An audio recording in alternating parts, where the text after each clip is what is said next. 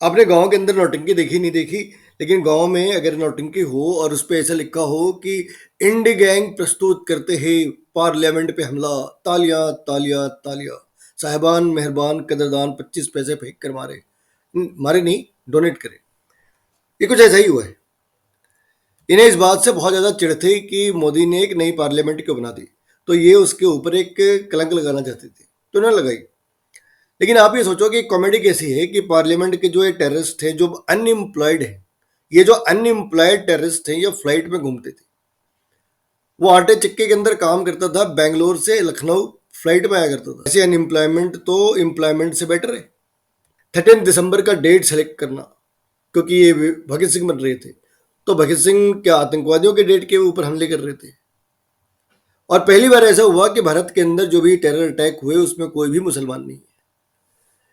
सब कुछ कोइंसिडेंस है।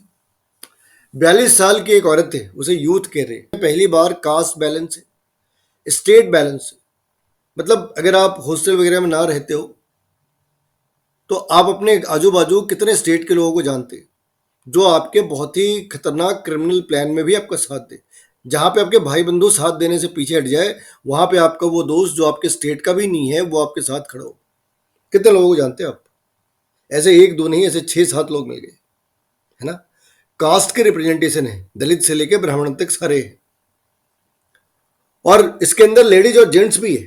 भाई औरतों का भी अपराध में हक है ना। मतलब वुमेन एम्पावरमेंट तो भी तो दिखाना था। पार्लियामेंट के हमलों में भी साथ दे रही, इससे ज्यादा जिम्मेदारी क्या होगी, है ना, कितनी जिम्मेदार हो गई। तो ये सारी चीजें अगर अगर इस बात को इंडिकेट कर रही कि ये सब कुछ कोइंसिडेंस है, 3-4 अनपढ़ जाहिल किस्म के लोग मिल गए और उन्होंने भगत सिंह की किताबें पढ़ी और पार्लियामेंट में बम डाल दिया, और अगर आप ऐसा सोच रहे कि वाकई में ऐसा हुआ, तो फिर आपके आईक्यू भी पप्पू के आईक्यू इतनी है। क्योंकि ये जो गठबंधन है ना, जो इंडी गैंग का गठबंधन है, जब इनका खुद का भविष्य खतरे में आया तो इन्होंने गठबंधन बना ली। इसलिए अगर आप ये कहेंगे गठबंधन का भविष्य क्या है, गठबंधन का क्या भविष्य होगा, इनका खुद का कोई भविष्य नहीं। और जो भविष्य बचा था उसके ऊपर इन्होंने खुद ही रंग फेंक दिया, खुद ही उसके ऊपर टेरर अटैक कर लिया।